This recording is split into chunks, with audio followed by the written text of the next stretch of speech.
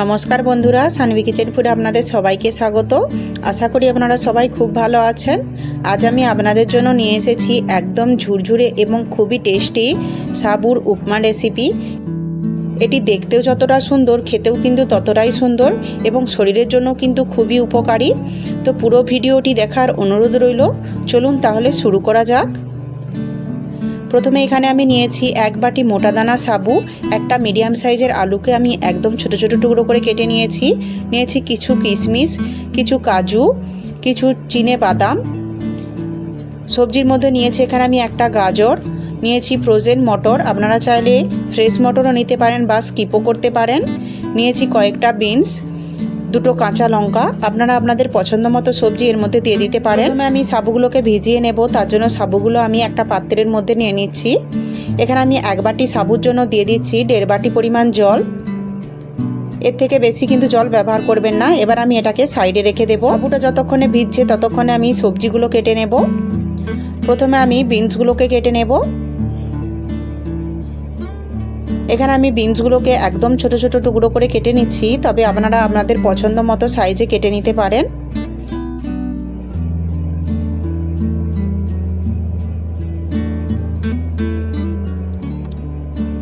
দেখুন বন্ধুরা, বিনসগুলোকে কিন্তু আমি একদম ছোট ছোট টুকরো করে কেটে নিয়েছি। বিনসগুলো আমার সবগুলো কাটা হয়ে গেছে। এবার আমি এগুলোকে প্লেটের মধ্যে তুলে নেব।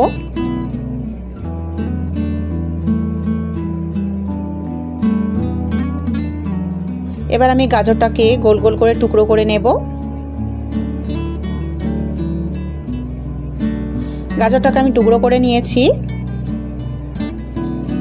এবার আমি একদম সরু সরু করে গাজরগুলোকে কেটে নেব। যেভাবে আমরা পোলাওয়ের জন্য গাজরটা কাটি সেভাবেই কিন্তু আমি গাজরটাকে কেটে নিচ্ছি। দেখুন, আপনারা আপনাদের পছন্দ মতো সাইজে কেটে নেবেন। দেখুন বন্ধুরা, গাজরটা কিন্তু আমার কাটা হয়ে গেছে। এবার আমি এগুলোকেও প্লেটের মধ্যে তুলে নেব। এবার আমি কাঁচা লঙ্কাটাকেও ছোট ছোট টুকরো করে কেটে নেব। ঝালটা কিন্তু আপনাদের স্বাদ মতো দিয়ে দেবেন।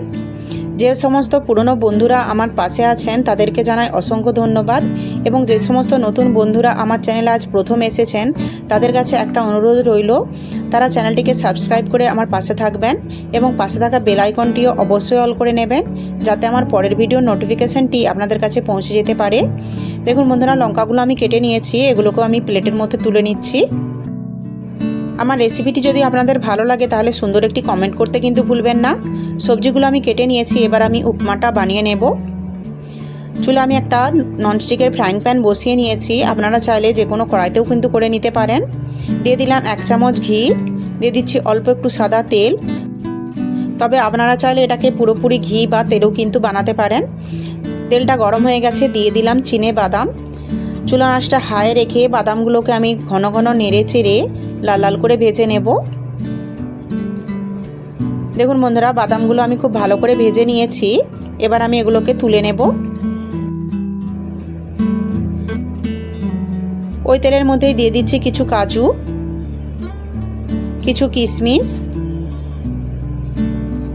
এগুলোকেও আমি হাই ফ্লেমে নেড়ে চেড়ে হালকা লাল লাল করে ভেজে নেব। এগুলোকে কিন্তু হালকা করেই ভাজবেন, খুব বেশি কিন্তু ভাজবেন না। দেখুন বন্ধুরা, কিশমিশগুলো আমার কিন্তু ফুলে গিয়ে একদম আঙুরের মতো হয়ে গেছে। এগুলো কিন্তু আমার খুব সুন্দর করে ভাজা হয়ে গেছে। এবার আমি এগুলোকেও তুলে নেব। চুলার আঁচটা আমি এখন একদম লো করে নিয়েছি। ওই তেলের মধ্যে দিয়ে দিচ্ছি অল্প একটু গোটা জিরে, দিয়ে দিচ্ছি কিছু শুকনো কারি পাতা। তবে আপনারা যদি ফ্রেশ কারি পাতা থাকে তাহলে ফ্রেশ কারি পাতাটাই ব্যবহার করবেন। এখানে আমি শুকনোটা ছিল তাই শুকনোটাই ব্যবহার করেছি। এগুলোকে আমি খুব ভালো করে ভেজে নেব। চুলার আঁচটা আমি এখন হাই করে নিয়েছি।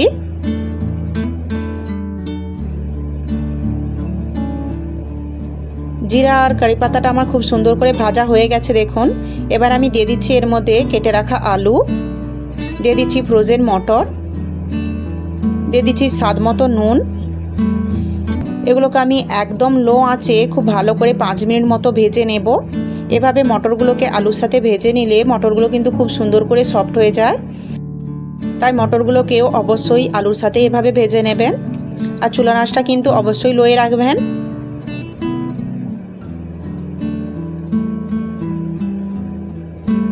দেখুন বন্ধুরা, আলু আর মটরটাকে আমি ঘন ঘন নেড়ে চেড়ে 5 মিনিট মতো ভেজে নিয়েছি। আলুটা কিন্তু খুব সুন্দর করে সফট হয়ে গেছে। এবার আমি দিয়ে দিচ্ছি এর মধ্যে কেটে রাখা বিনস, গাজর এবং কাঁচা লঙ্কা কুচি। এবার আমি এগুলোকে চুলা আঁচটা মিডিয়ামে রেখে 5 মিনিট মতো ভেজে নেব, যাতে গাজর আর বিনসগুলো হালকা সফট হয়ে যায় এবং হালকা ভাজাও হয়ে যায়। এগুলোকে কিন্তু অবশ্যই ঘন ঘন নেড়ে চেড়ে নেবেন। দেখুন বন্ধুরা, এগুলোকে কিন্তু আমি 5 মিনিট মতো ভেজে নিয়েছি। এগুলো কিন্তু খুব সুন্দর সফট হয়ে গেছে এবং হালকা ভাজাও হয়ে গেছে। এদিকে সাবুদানাগুলো কিন্তু জলটা টেনে নিয়ে খুব সুন্দর করে ফুলে গেছে। দেখুন একদম কিন্তু মতির মতো লাগছে দেখতে। এগুলো এবার আমি এর মধ্যে অ্যাড করে নেব। এবার আমি দিয়ে দিচ্ছি এর মধ্যে ভেজে রাখা কাজু আর কিশমিশ, ভেজে রাখা চিনে বাদাম। খুব ভালো করে একবার মিশিয়ে নেব। চুলা আঁচটা আমি এখন হাই করে নিয়েছি। এগুলোকে আমি খুব ভালো করে মিশিয়ে নিয়েছি। দিয়ে দিচ্ছি স্বাদ মতো নুন, দিয়ে দিচ্ছি হাফ চামচকে একটু কম গোলমরিচের গুঁড়ো। গোলমরিচ গুঁড়োটা দিলে কিন্তু এর স্বাদটা খুব সুন্দর হয়, তাই গোলমরিচের গুঁড়োটা কিন্তু অবশ্যই দেওয়ার চেষ্টা করবেন। স্বাদটা ব্যালেন্স করার জন্য দিয়ে দিলাম হাফ চামচকে একটু কম চিনি। চিনিটা দিলে কিন্তু এর ঝাল আর মিষ্টি স্বাদটা খুবই সুন্দর লাগে খেতে। এবার আমি চুলা আঁচটা মিডিয়ামে রেখে এগুলোকে ঘন ঘন নেড়ে চেড়ে ততক্ষণ পর্যন্ত ভেজে নেব যতক্ষণ না সাবুটা কাঁচের বলের মতন হয়ে যাচ্ছে। এটাকে কিন্তু অবশ্যই ঘন ঘন নেড়ে চেড়ে নিতে হবে, তা নাহলে কিন্তু এগুলো ডালা পাকিয়ে যাবে। দেখুন বন্ধুরা, সাবুদানাগুলো কিন্তু কাঁচের মতো হয়ে গেছে। সাবুর উপমাটা আমার প্রায় রেডি হয়ে গেছে। সাবুর উপমাটা কতটা সুন্দর হয়েছে দেখুন, একদম কিন্তু ঝুরঝুরে সাবুর উপমা তৈরি হয়েছে। এবার আমি দিয়ে দিচ্ছি এর মধ্যে অল্প একটু ধনেপাতা কুচি, তবে আপনারা এটাকে স্কিপও করতে পারেন।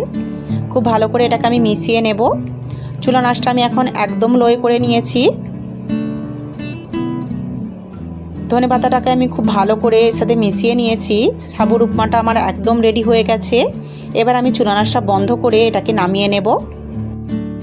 সাবুর উপমা বলুন বা পোলাও খেতে কিন্তু দারুণ টেস্টি লাগে। এভাবে সাবুর উপমা বা পোলাও বানালে যে কোনো ব্রতর দিনে কিন্তু খেতে খুবই ভালো লাগে। এটা যেমন পেট মন ভরে খাওয়া যায়, তেমন কিন্তু শরীরের জন্য খুবই উপকারী। পুষ্টিগুণে ভরপুর সাবুর এই উপমা বা পোলাও আপনারা বাড়িতে অবশ্যই একবার বানিয়ে দেখবেন। একবার যদি এভাবে সাবুর উপমা বা পোলাও বানিয়ে খান, তাহলে বারবার যে কোনো ব্রত পালনে কিন্তু এটাই বানিয়ে খাবেন। আমার রেসিপিটি যদি আপনাদের ভালো লাগে তাহলে প্লিজ লাইক, শেয়ার এবং সাবস্ক্রাইব করে আমার পাশে থাকবেন এবং পাশে থাকা বেল আইকনটিও অবশ্যই অল করে নেবেন, যাতে আমার পরের ভিডিওর নোটিফিকেশানটি আপনাদের কাছে পৌঁছে যেতে পারে। এবং রেসিপিটি যদি ভালো লাগে তাহলে সুন্দর একটি কমেন্ট করতে কিন্তু ভুলবেন না। আপনাদের একটি লাইক এবং কমেন্টে আমাদের মতো ছোট ইউটিউবারদের উৎসাহ বাড়াতে কিন্তু অনেকটাই সাহায্য করে। তো প্লিজ একটি লাইক এবং কমেন্ট করতে কিন্তু ভুলবেন না। পুরো ভিডিওটি দেখার জন্য আপনাদেরকে অসংখ্য ধন্যবাদ। ভালো থাকবেন, সুস্থ থাকবেন। দেখা হচ্ছে পরের ভিডিওতে।